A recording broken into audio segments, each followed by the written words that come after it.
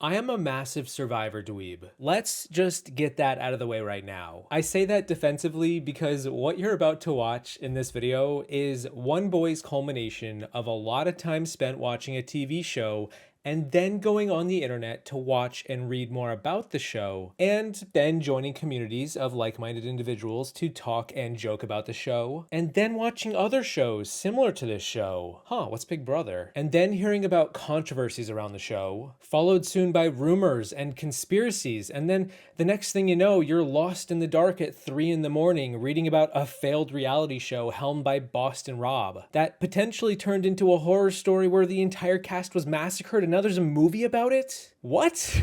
So like I was saying, I'm a massive Survivor dweeb. You betcha. This is not lost on me. And this video is going to go places I've never gone before. And just as like a precautionary disclaimer, it's not necessarily for the faint of heart. It will involve me talking about some icky topics. And for years, I've held off making it just because I'm not sure I can handle the mountain of time it's gonna take to go over everything. But this video exists, which means I made it to the bottom of the ocean and back. So, Internet, my name is Peridiam, and let's talk about the insanely deep, incredibly dark, and the mysteriously daunting iceberg that comprises the TV show Survivor. It's kind of like this mountain that I've been trying to climb, and it's taken me almost 10 years. This time I'm gonna get to the top. Okay, so what is an iceberg? In case you're new to the concept or have never been to Antarctica, who hasn't? An iceberg is basically frozen water where 10% of its entire shape is above water and 90%, yep, you got it, it's underwater. In the case of Survivor, the 10% is what most people know about the show. This is what I call the common knowledge tier, and it's pretty self-explanatory. If you watch the show at all, or even if you don't, you've probably heard of all these words. As far as Survivor goes, this tier is as basic as it gets. Wait, that show is still on? The same idea can be applied to the next tier above water, which I've called iconic moments. When people think of Survivor, especially those who are fans of the show, they'll probably be able to recount all these bad boys. The infamous dead grandma lie on Pearl Islands, JT's letter to the villains on Heroes vs. Villains, Eric giving up immunity on Micronesia. These are all moments I often talk about and recount on my channel in numerous videos week in and week out. I said we stick to the plan. Oh Keith, you lovable goof. All of this is the above water portion. It's what we all know and see and can get a good hearty chuckle out of. And I would say it probably comprises about 25% of the total iceberg, yet probably makes up for like 99% of what is known by the wider audience. And this is where it gets frosty. We dip our toes into the water and enter the next tier. A tier I call behind the scenes. These are all stories that I've pretty much found to be true and weren't really in the episodes. Well, unless you consider Jeff giving Chris a hard time at the Vanuatu reunion for voting out Julie. Some of these moments made it into a few behind the scenes videos I've made before, such as the bizarre story of Weasel Wu on Cagayan, the truth behind Eric's medical evacuation on Caramoan, what actually happened to the goat that Sandra's tribe ate on Game Changers, or how Kel very likely smuggled beef jerky in the Australian outback. Or was that just a euphemism for jerking the beef? Either way, these stories and more are all really interesting stuff that I would love to go deeper into one day in future videos. But to not waste your precious time too much, I will go over each of them a little bit, like a tiny sliver to whet your appetite, so that maybe one day I will get back around to going deeper into each of them. God, that whole sentence sounded terrible. Let's start at the top left corner with the Survivor bar was improvised from season 1 Borneo. One of the reward challenges in the first season was rejected by the players. They thought the reward of a few beers wasn't good enough, so they staged a mutiny. And the producers met their demand with an experience at a local bar. We see Kelly hang out with Jeff and a bunch of locals, but what you wouldn't know is that the bar was actually built in a matter of hours. Half the locals are actually people who work for the show, and they had to blindfold Kelly and shuttle her around on a boat for a few hours, pretending she was on her way to this magical palace. In truth, it just didn't exist yet. Kel smuggled beef jerky is one I covered extensively in a previous video, so I would recommend checking that out if you want to hear a lot more about it, but Basically, a guy on season 2 got caught eating beef jerky and he denied it and said it was grass. I don't think it was grass, and there's a lot of evidence that sort of point in the direction of it not being grass. It was a bit of a scandal in the early days of Survivor lore, so there you go. Austin's staph infection relates to the first quitter of Survivor from season 7, where Austin, the man who feared pelicans, quit the game because he just couldn't hack it. However, he would later admit in the postseason that he had a staph infection that was the result of him not being up to snuff to compete. Wait, did you say Pete? The Pelican. Tina blindsides Mitchell is a somewhat included moment in season 2, episode 4, where Tina turns the tables on Mitchell and votes him out. What we didn't see, however, was that Tina flipped Colby to join her side as they were walking to tribal council, and the cameras don't roll at that point when they're in the in-between, so it never made air. Jonathan and Wanda on season 11. These were two players who were eliminated in the first half hour of season 10 and got probably the rawest deal of any two players in Survivor history. And in the next season, we saw Stephanie and Bobby John return as captains of the two tribes, getting a second chance. But as it turns out, Wanda and Jonathan were originally going to be the two captains up until Oolong had such a compelling story in Palau that the producers decided there was more to work with there than getting an encore of Wanda's music career. Korong is season 31 because it technically is. It was filmed before Cambodia, which is considered season 31, but because Cambodia was an all-star season, the producers decided to air it first, thus forcing Korong to be season 32. Johnny Fairplay and his painkillers. Going into season 16 Micronesia, Johnny Fairplay injured his jaw at a reality TV award show not long before he was to play Survivor again. He had to take painkillers, but was denied being able to do so once he hit the beach, and in the premiere episode, we see Fairplay asked to get voted out because he was missing his family, but it was also because he was in a lot of physical pain. But that doesn't make for as good of a narrative, so we never heard about it. The Dragons are the one-hit wonder band from season 20 Heroes vs. Villains, who formed like a third of the jury. Coach, Courtney, and JT put together a fun little music video while they were at Ponderosa, and I still listen to it every day. Not gonna lie, it's a bop. Jeff Probst dated Julie Berry from season 9. He also dated Gina from season 4. The more you know. The Mogo Mogo tribe on season 8 All-Stars had an extra tribal council in the episode when Jenna quit. It didn't make air, it didn't make the final cut of the episode, but you can find deleted scenes of it online where they talk about Jenna leaving and how it'll impact the tribe. Okay, so I just started Heroes vs. Villains and I have one question. Why is Candace a hero? On season 20 Heroes vs. Villains, Candace was placed on the Heroes tribe despite being a villain on her first season. Her origin story is that she abandoned her tribe in a mutiny and was painted as an antagonist to the protagonist I2 Alliance. She was in a pretty cringy showmance. I don't know what it takes to be a villain in this show anymore, but that isn't it? Well, it turns out Candace was originally going to be a villain and Parvati a hero. Candace said post-season that she originally wore a pink bathing suit and Parvati a blue one, but the producers realized that there were just too many Micronesia players on the Heroes tribe. Literally half the tribe. So the two women were swapped. There you go. That's why Candace was a hero. A technicality. I've also talked about Eric's medical evacuation on season 26 Caramoan in a previous video. Eric straight up tells us what happened in it. He had an allergic reaction to penicillin for a cut that he was suffering from on his leg. Melissa McNulty was the infamous 20th contestant on season 14 Fiji, but the day before the season was to begin filming, she chose not to compete after suffering from a panic attack. If you've ever wondered why Fiji had 19 players, the only time Survivor has ever had odd numbers, this is why. Speaking of Fiji, its day one alliances were pretty damn complex. Much more than the episodes will ever let you know. Because of Melissa quitting, the producers put the entire cast on the beach together at the very beginning. This resulted in several massive alliances forming, but the most well-known were the Builders versus the Explorers. The Builders had 9 people, and the Explorers had 9 people, and conveniently, Dreams was in the middle. When Sylvia divvies up the tribes halfway into the episode, she allocates them based on which alliance they were in.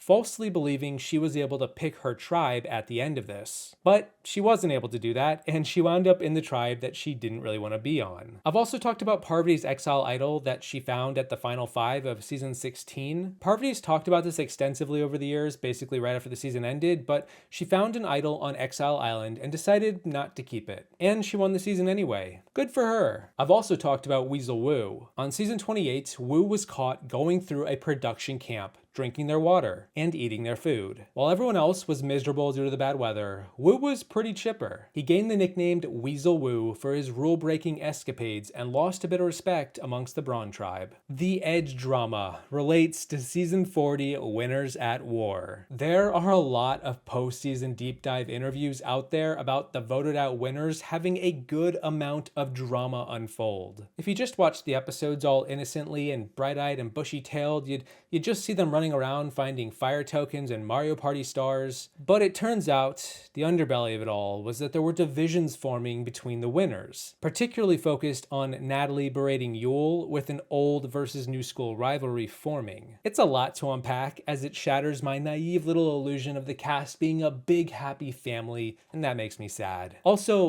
why didn't we get to see any of that? Kasaya Cocaine is exactly what it sounds like. On season 12, Panama, Shane and Aris found a brick of cocaine washed up on the beach. The producers confiscated it pretty quickly. Although not quick enough? The Game Changers goat was somewhat featured in the episode. We saw Sandra's tribe find a baby goat and mama goat, and the tribe eats them. No, I'm kidding, I gotcha. They let them go. However, we later heard they actually ate the goats. Nope, gotcha again. It turns out they didn't eat those specific goats, but instead found another one, a different one without a kid, and ate that one instead. That was a lot of twists for a pretty boring reveal. On season 10, at the final 3 immunity challenge, we saw Tom go against Ian in the longest challenge in Survivor history. At one point, the producers wanted to speed the challenge up because it was just taking forever. They were gonna make the 2 guys have to stand on 1 foot, but Tom interjected, stating they weren't allowed to do that, to just change the rules of the challenge mid-challenge. He threatened legal action against them, and I don't really know how all this works, other than I thought the producers could kind of do whatever they want, but I don't know. So the producers decided to just let the guys stand on both feet. Ironically, I've also heard Tom and Ian suffered nerve damage to their feet for years after because of how long this challenge went. And then lastly, for this tier, we have the amusing story of how the Pagong tribe in the first season at their first tribal council tried to vote Jeff Probst out of the show. The Pagong tribe were the young tribe, and they were a rowdy bunch, and Probst, kind of like my dad with my sleepovers growing up, was having none of it. And so in the next episode, we saw a conch get introduced at tribal council. You can only talk if you're holding the conch. Except the Toggy tribe, who were the older tribe, went to that tribal, and they were more mature, and the conch was just super random. And then, for whatever reason, the producers removed the conch after this episode, even though Pagong went back to tribal in episode 4. Very strange series of events here. And that is just all one tier, right below the surface. So,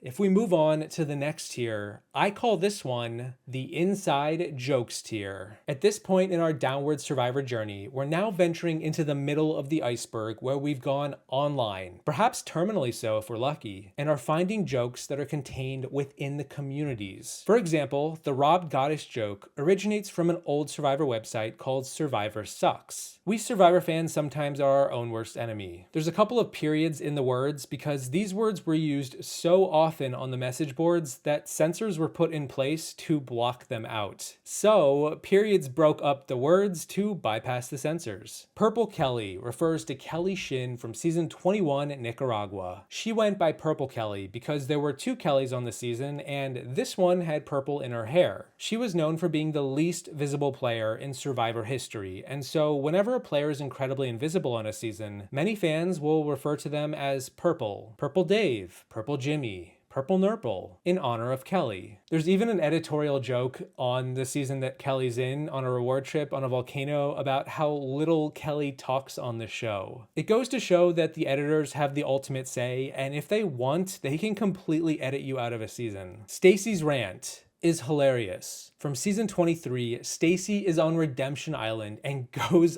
off on Coach. You can find this entire speech made out of emojis if you dig deep enough. Kimbo Slice refers to a spoiler in the preseason of season 22 Redemption Island when it was spoiled that Kimbo Slice was going to idle out Carrie Prejean. It turned out this didn't happen as neither of these people were on the cast. The Funny 115 is a long-running website by Survivor historian Mario Lanza, who chronicles the 115 funniest things to ever happen in Survivor. He's made 3 versions now, which means there's 345 funny things to read about if you're ever looking for a laugh. Also, you didn't hear it from me, but his favorite season is Cook Islands. CGI Brett is kind of similar to Purple Kelly's origin story. If anything, he is the origin story. On season 19 Samoa, this guy named Brett made it to the final 4, but he was basically invisible the entire season up until the very end when he became this massive threat to win out of nowhere. The running joke was that Brett was digitally inserted into the season by the producers to spice up the drama. Who's Mary refers to season 16 Micronesia in episode 2, when Mary is randomly blindsided. Joel decides to switch the vote up and approaches Kathy and tells her the vote is now gonna be for Mary. And Kathy doesn't even remember who Mary is. And to be fair to her,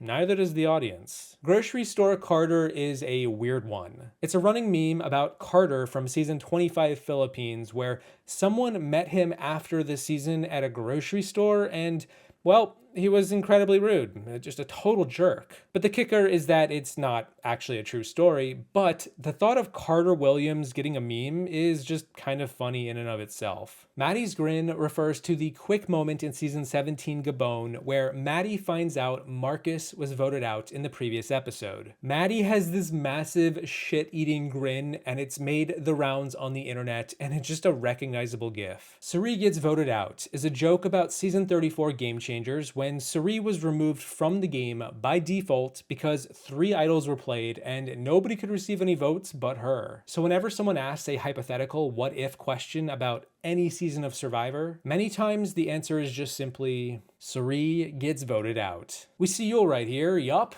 that's him. That is Yul Kwan, the winner of season 13 Cook Islands. During Winners at War, the fandom loved to just chain reply saying his name. They still kinda do to this day. For no reason other than Yul. And then after season 40, many fans began to say Mogo boat instead. Scientists are still unsure why. She voted out her mom refers to the many times Jeff has reiterated that Sierra indeed voted out her mom on season 27 Blood vs. Water. And this simple fact can't be stated enough. Sierra really did that, and for many, many years, Jeff just couldn't stop reminding us. This also falls in line with Jeff shouting about big moves, a joke that I made in the first sentence of the first video on my channel. Sia money refers to the celebrity Sia, who, ever since season 32, which was technically season 31, with Ty, has been giving money to players who don't win the game. Sia still does this to this day. Sometimes fans joke about how the players on the show are pandering to Sia just to get a few extra dollars. This acronym in the top right corner is not just what happens when my cat walks across the keyboard,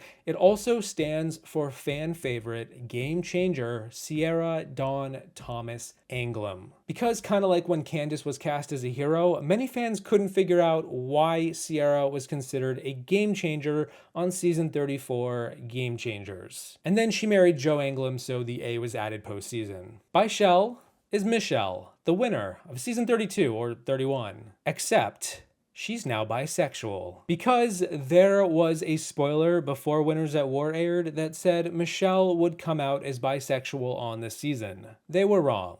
Willard Idol is all about this guy from season 10 named Willard who looks like the Immunity Idol, also from season 10. What a coinkydink. Almost like he was in on it the whole time. Troyzan was on Game Changers, question mark? Like an evolution of CGI Brett and Purple Kelly, there's a joke out there about how people wish Troyzan from season 24 One World could one day get a second chance at playing the game. Because he was kind of a non-entity on Game Changers, a season he was actually on. Speaking of season 24, said no one ever, Leaf's box is all about how Leaf, a small person on the season, could fit into a box and would sleep in it. And then lastly, we have Candace from Raro Tribe. Yep, the same Candace where people questioned her D&D alignment on season 13 in episode 2. A guy named Billy, put some respect on his name, claimed to fall in love with her. Jeff Probst was floored by this revelation, and I don't really blame him, and it was just very cringeworthy. And in Jeff's shock, his first reaction was to exclaim, Candace from Raro Tribe. We're moving down to the even deeper, darker parts of the iceberg now, to the bottom, 30% or so. And this is a tier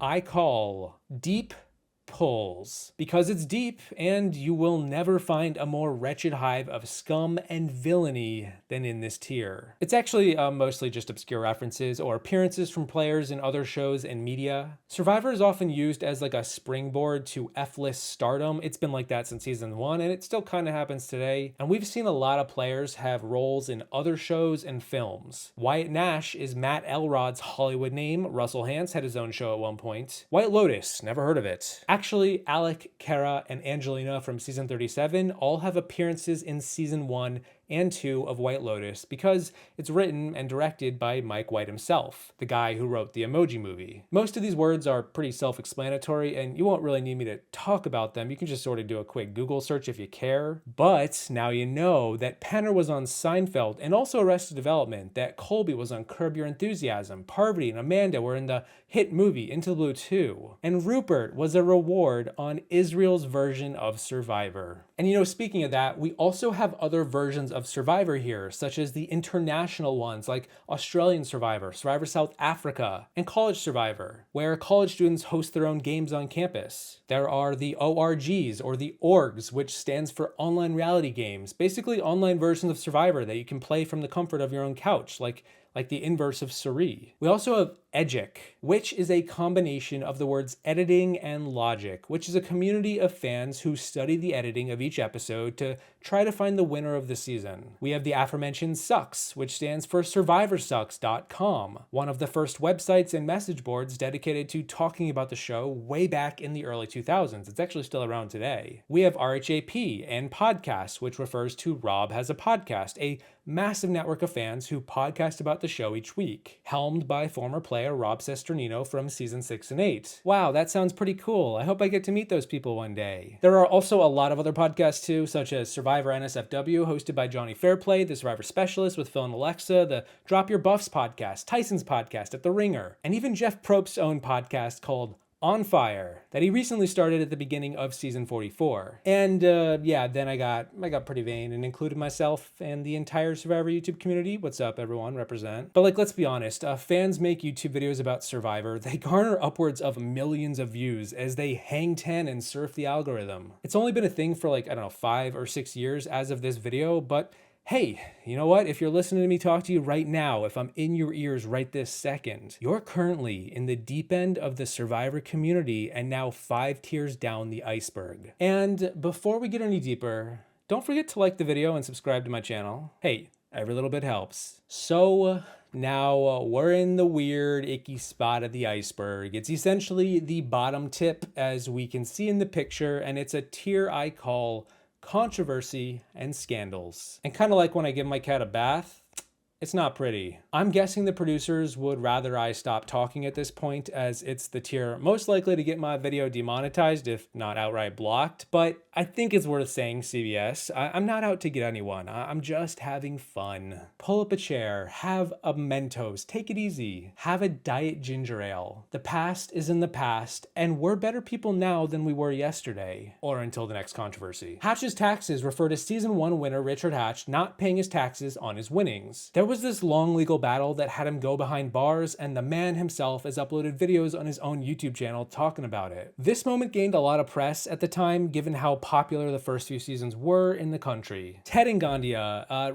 refers to the incident that happened on season 5 Thailand, where Ted grinded on Gandia in his sleep. The two of them talked it out and squashed the issue, but then it got exacerbated when Brian talked to Ted about it and got Ted to say nothing happened, which he then relayed to Helen, who related to Gandia. It's a really bad game of telephone, which caused Gandia to justifiably get upset. The whole thing got ugly, resulted in Gandia getting voted out, and it's just a whole ugly mess. Similarly, on season 8, we saw Richard Hatch and Sue Hawk have an incident during a challenge where, well, yeah, once again things got ugly. Sue would go on to quit the game in the next episode after she had time to process what went down. The Stacy lawsuit refers to season 1 with Stacy Stillman, who sued the producers for rigging her elimination. She claimed that Mark Burnett had players vote her out over Rudy. You can read a lot about this case online, including Dirk's testimonies and deposition of the events, and eventually the case was settled out of court. Africa's Final Four refers to the immunity challenge where the producers got an answer wrong. When asked which player had piercings in a trivia competition, Lex got the question right, but the producers said he was wrong. This led to Kim winning the challenge, which resulted in Tom getting voted out, where otherwise Kim would have been the one voted out instead. Both Tom and Lex were given the same prize as the runner-up as a consolation for the production screw-up. Season 13, Cook Islands, had the 4 starting tribes divided by race. Honestly, I don't think I need to explain that one too much. Rumor has it the producers were on their last legs at the time and just kind of wanted to go out with a bang, and yeah, the show lost a lot of sponsors once this twist was revealed, which is a major factor for why the car reward was eventually removed after the next season. Dawn's teeth from season 26, Caramoan. Dawn lost her teeth later in the game, and Brenda fished them up out of the water. Dawn had said she was going to quit the game if not for Brenda recovering her teeth, but then not long after, Dawn would blindside Brenda and vote her out. Because that's how the game works. Brenda was understandably really bitter at Dawn, and the fan base was just terribly upset. And we all know what happens when the fan base is terribly upset. They just basically chilled and paid nobody any attention. Everybody's happy, get along. Nope, it was a shit show. It was a massive shit show. Dawn was harassed to no end online and had to leave social media. Brenda would later stick it to Dawn at the Final Tribal Council when she asked Dawn to remove her teeth. Brenda would go on to be one of the top contenders for fan favorite. We truly live in a society. I've covered Brandon's ejection from the same season in a previous video, so again, I would just recommend checking that out if you want a lot more detail on it, but I will have links in the description. Essentially, Brandon wasn't just quote unquote voted out in episode 5 at the challenge after he went on a tirade at the tribe camp and spilled all the rice and all the beans, flipping over the chairs. He was actually ejected from the game by the producers, but we didn't actually see that. The vote was just for the sake of TV. Denise lied and people cried. Actually, I don't think anyone really cried, but at the reunion of season 15 China, we heard Denise was fired from her lunch lady job, and so the producers felt bad and gave her just a bunch of money. It turned out Denise was actually just based and was ripping off a bunch of millionaires. She wasn't actually fired, but instead had acquired a higher paying job with better benefits at the same school. Denise would go on to donate the money she was given to charity. And all was well. In season 2, Colby went on a reward trip to the Great Barrier Reef and took some coral with him back to camp. He gave everyone in his tribe a little souvenir in their pocket, but as it turns out, you can't tamper with the reef and it's considered illegal, so the producers had to apologize on behalf of Colby for his mistake. EOE is just an abbreviation for the big twist of season 38 and then 40, Edge of Extinction, where players who were voted out went to a little beach and lived there for most of the season like Survivor Purgatory. A guy who was voted out third went on to win the whole season because of it, which proved to be quite controversial, as who would have guessed that fans don't love it when most of the season is irrelevant and the winner basically just took the big shoot all the way to the end to win? This same twist later returned on the all-winner season in season 40, and we still somehow didn't get 90-minute episodes to compensate for the entire cast being in the show every episode. Brian shot a dog. This is such a random one. This is a story about the winner of season 5 Thailand who shot a puppy with a bow and arrow. Brian believed it to be a coyote that had been attacking his son's ducks, or at least that's what he told the judge, but he was mistaken. The good news is the puppy survived. Alec and Kara refers to when Alec from season 37, as well as Kara from season 37, outed that he and Kara were dating after this season, before the season had begun airing. You're not really allowed to do this sort of stuff, reveal these sort of things. You gotta wait for the producers to do their magic in the preseason first. He posted a picture of the two of them saying, and then CBS banned him from the live reunion. If you were ever watching this reunion and studying it intensively and noticed that he was missing, now you know why. We also have the Caramoan reunion, which is about how all of the non-jurors were seated in the audience instead of on stage for the first and really only time ever. This was likely to hide the fact that Brandon was not invited to the reunion because of his ejection. Yeah, not a happy group of people in those rows. The season 35 Heroes vs. Healers vs. Hustlers HHH Final Four fire-making twist was a big controversy when it first went down. It was a sudden twist out of nowhere that saved the underdog of the season and just felt very suspicious, as the players were given no notice ahead of time. I even made a video about how much I didn't like it way back when. And you know what? I still don't like it much today. Varner and Zeke, and then Kelly and Dan, refer to two major controversies between these players that happened on season 34 and season 39. Probably shouldn't have to say this, but if you watch the season, you'll immediately know what these are about. Varner outed Zeke, a trans man, as well as painting him as deceptive. Although the tribe was planning to vote Varner out beforehand, this prompted all of them to have a verbal vote to just oust him, just like Team Rocket him into oblivion. Dan and Kelly refers to the controversy around season 39 at the merge. And I will say that much of my video review on the season is about this, but essentially Dan touched Kelly inappropriately and she spoke to the producers about it, and then there was this vague warning given to the cast and they were really like, what? And the game of Survivor then kicks in and it just made everything more complicated and unfortunate. Two women that Dan was working with changed their stance on him, and then Kelly was voted out later in the episode. It just put this dark cloud over the season, and then Dan was ejected from the game at the final 6 when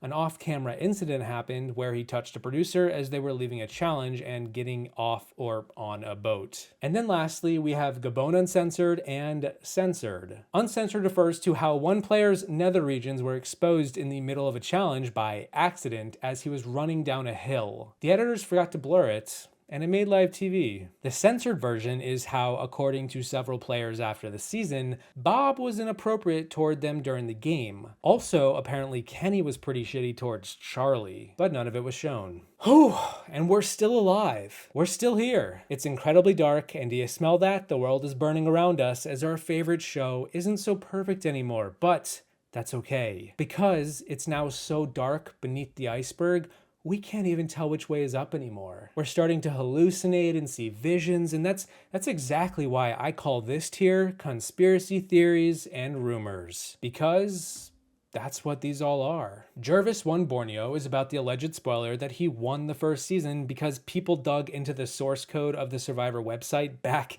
in the year 2000 and found everyone's cast photos had an X over them except for his. Turns out it was actually just a red herring planted by the producers to mislead these hardcore fans. Janet's Granola made an appearance in another one of my behind the scenes videos where the women's tribe on season 6 found a granola bar wrapper in their tribe crate. Nobody knows how it got there, but I'm gonna say that most signs point to it being from the producers, either on accident or possibly on purpose. The outcasts on season 7 were fed, except they weren't. I actually had the pleasure of speaking to one of them, one of the outcasts, for hours over the phone not too long ago. Trish told me all about the experience, and they basically had a similar experience to the Edge of Extinction, except they just weren't filmed. Probst would later say in an interview with Dean at Google how the outcasts were in a hotel, but I asked Trish about this and she told me that this never happened to her and she doesn't really suspect that it happened to any of the others either. Oh, Jeff, you and your kooky stories. Ben's idols refer to the season 35 winner finding very convenient idols hidden around camp. All of this speculation is mostly from just like displeased fans, but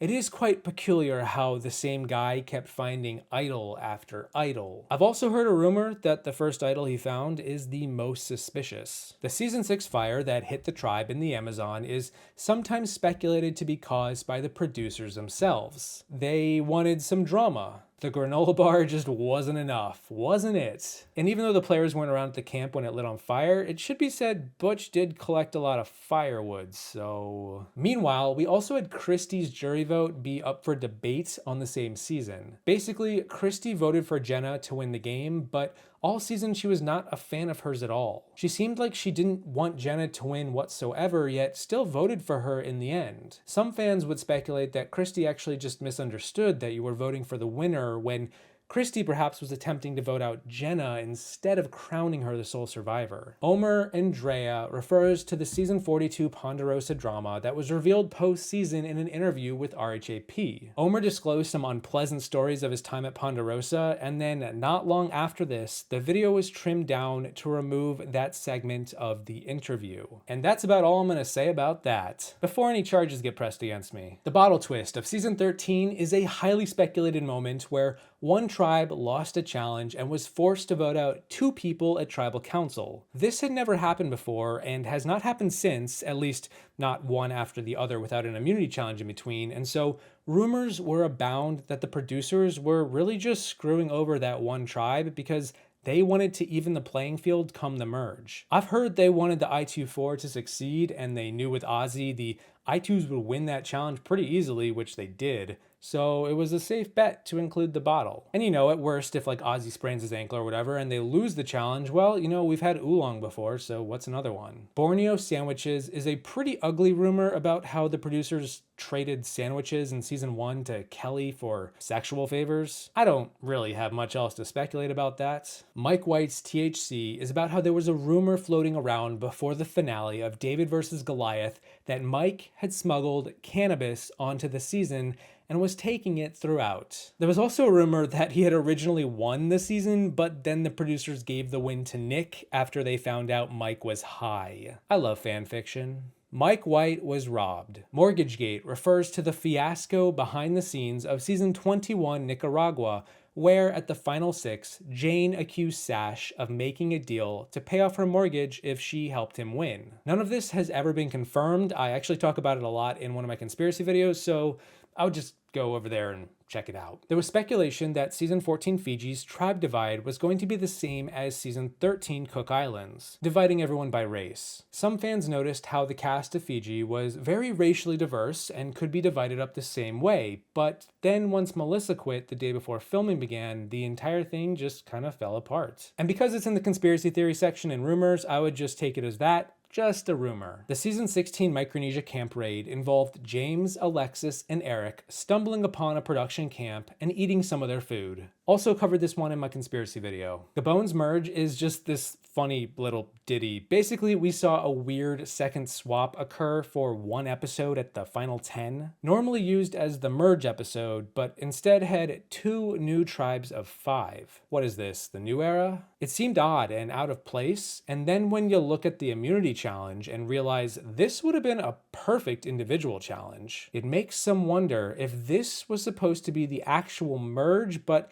the producers delayed it an episode for some reason. I've also heard that there were behind the scenes images shown when the challenge had more than 2 colors of paint, signifying 10 individuals instead of 2 tribes, but we'll never know for sure. Ken's final tribal council question refers to season 5 Thailand, where Ken asks Brian a strange question alluding to something that happened around the merge. Brian then acts confused, and Ken says, "Okay, you want to pretend nothing happened? I see how it is." Jeff asks Ken if Ken got what he wanted out of Brian, and Ken says he did not. Allegedly, the rumor that Ken is alluding to is that Brian attempted to bond with Ken over racism, targeting Ted because of the color of his skin, believing Ken was racist because he's a New York cop. Understandably, Ken didn't like that and wanted Brian to own this happening when it did, but then he didn't. At least, that is the long-running rumor anyway. The All-Star Swap is where we saw both tribes draw a new buff out of an urn, except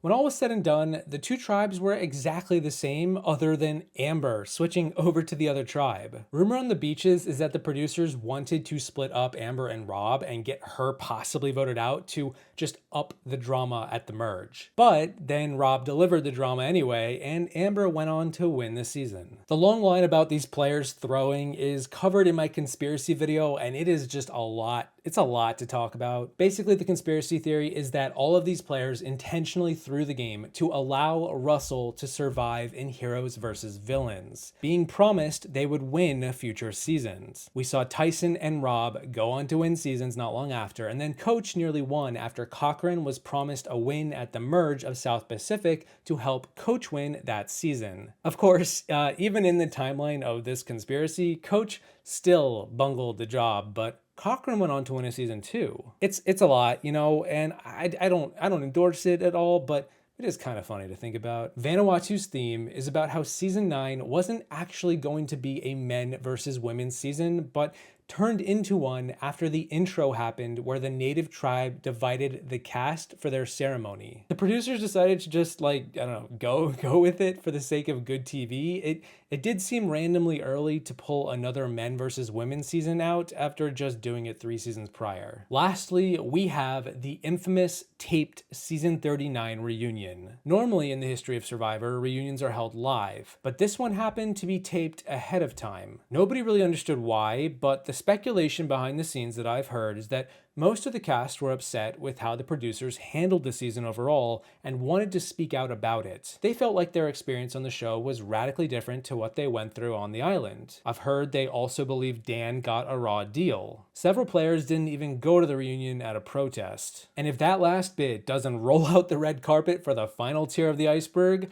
I don't know what will. The final tier is called Lost in the Dark, featuring many Googleable items, such as Mike Scooping getting arrested for running a Ponzi scheme and then getting caught with child porn on his computer. Bro, what? Silas from season 3 was arrested, John from season 5 was arrested, Debbie, the former server at Red Lobster and caretaker to nuns, was arrested, and even the winner of season 21, Nicaragua, was arrested because he was skateboarding while high. He was released later in the day and picked up in a stretch limo. That is such a Fabio story. We also have the Jenna Lewis sex tape that nobody asked for, or the mysterious season 4 that was originally going to be called Survivor Arabia and filmed in Jordan. But then 9/11 happened and the producers went to Marquesas instead. We also have all of the international Survivor deaths. You know, to be honest, it's pretty grim. I'm not gonna go into all of them or really any of them, but just know that Survivor should be taken seriously when it comes to the safety of the players. It is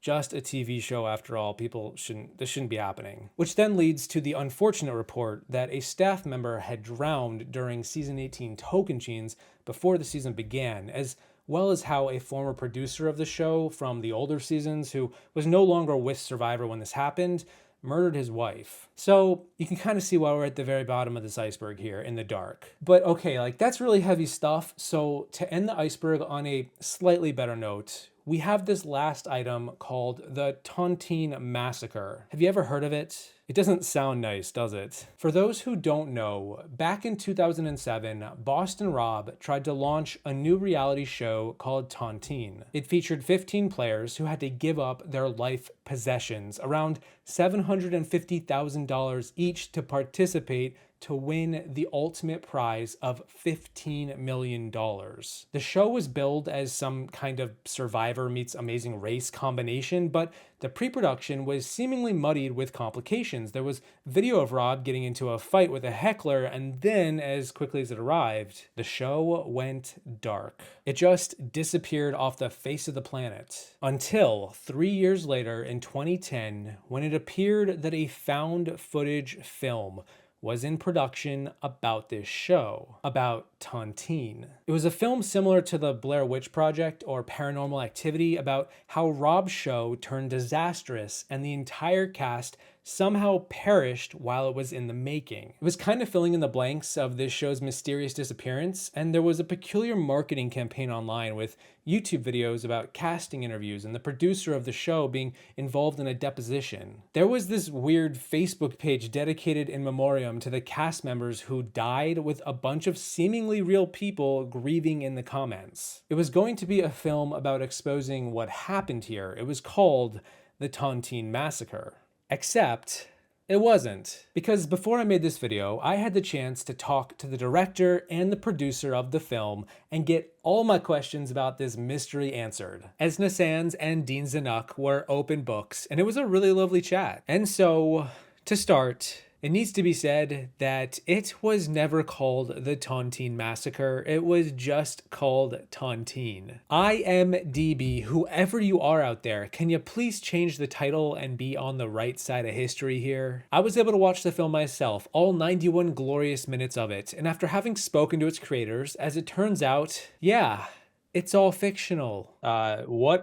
What is Tontine? You asked if this is Tontine a real show, and it was, in the sense that we did everything as if it was a real show, and people were getting their hopes up that they might get picked for this show, and they were doing whatever they could to get competitive advantages. And we even had a $10,000 YouTube contest, which we actually went to this guy Rick Henry's house, who won the YouTube contest, with 10,000 bucks in a Halliburton case, handed it to him. I mean, videoed it all.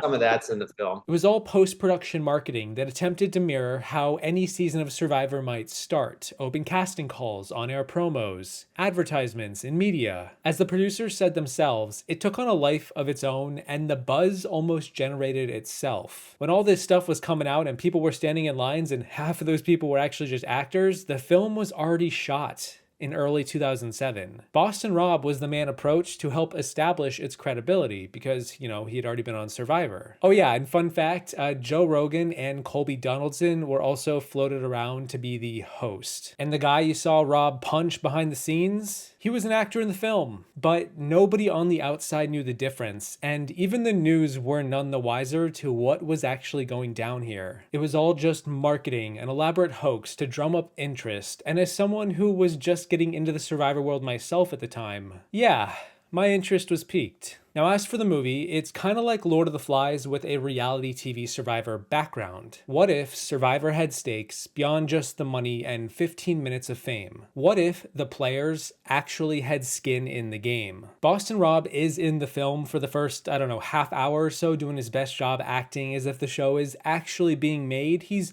very much a part of the production. He's got lines, he's in scenes. And I gotta say that I watched it all and I found it enjoyable. I can't say I'm much of a found footage film expert, but I will say that it was very well shot. It's well acted, it feels quite real. And perhaps most of all, it's not really a film that presents itself as intending to be horror. It's more low-key satire with a reality TV gone wrong veneer. Because it's not real, it's fictional, it takes the piss out of reality TV without being too on the nose. It's subtle, and it wants you to raise an eyebrow. It nails the vibe it's going for, but it's also not for the faint of heart. It does get pretty grisly. It's kind of like, what if we just left the players on the edge of extinction forever? Who wins? Oh, are you kidding me? Chris still won? It's a film that explores the original premise of Survivor, where you take all kinds of people from across the country, strip them of their material possessions and their class divide, and make them work together whilst also against one another for a lot of money. It's a film that taps into the characteristics that drive people to be on these shows in the first place, and then pushes it to another level. Think of it like alternative timeline Borneo, where everything got really dark. Put the machete down, Rudy. You've never heard Boston Rob talk about it because that's just kind of the person Rob is. He's pretty good at keeping a secret. Who are we going to get to go along and potentially ruin their careers, And a lot of people said no. And Boston Rob, God bless him, was like, yeah, why not? He just fit perfectly, and he's just a great guy. He's a really good guy. He's kept his word and not spoken about this until we were ready to talk about it. And that's another testament to such a great person. As a human being, you're not going to find a better person. Like, this guy is such a decent human being. And I'm so glad he was involved in this. And it pretty much never got released to the public for 15 years, since 2007, due to distribution complications and just time and people moving on. That is until it appeared at the Unnamed Footage Festival in San Francisco in March of 2023, who also were kind enough to give me access to the film and the creators, and I have to give them a major shout out to the festival and to Esna and Dean for just being super cool with all of this. I was randomly pinged that this film was being shown, and I didn't expect anything when I reached out to them, and they gave me the world. I've included a link to their website in the description if you'll want to check them out. They cleared up a 15-year mystery in the Survivor lore, and if nothing else, that has gotta be the coolest way I can end this Iceberg video. Any chance at a sequel? And so that's gonna be it. After all this time, after all these weird stories and strange anecdotes, we find ourselves back to the surface, where next week we talk more about the above water stuff. Let me know what you think about any of this or all of it. There's a lot to talk about. So honestly, like, what do you think? What else should have been included? Got any more of those behind the scenes stories? Another thank you to the Unnamed Footage Festival for helping me out in the end. And of course, as always, thank you to my patrons for all your support. Because without you, I would just be this rink-a-dink melted iceberg puddle in the vast ocean. That doesn't make sense. Thank you all for watching. I hope you enjoyed the video. Don't forget to go do something more productive with your day on your way out. And I will see you in the next one. Once I keep swimming deeper and deeper and deeper until there's no going back.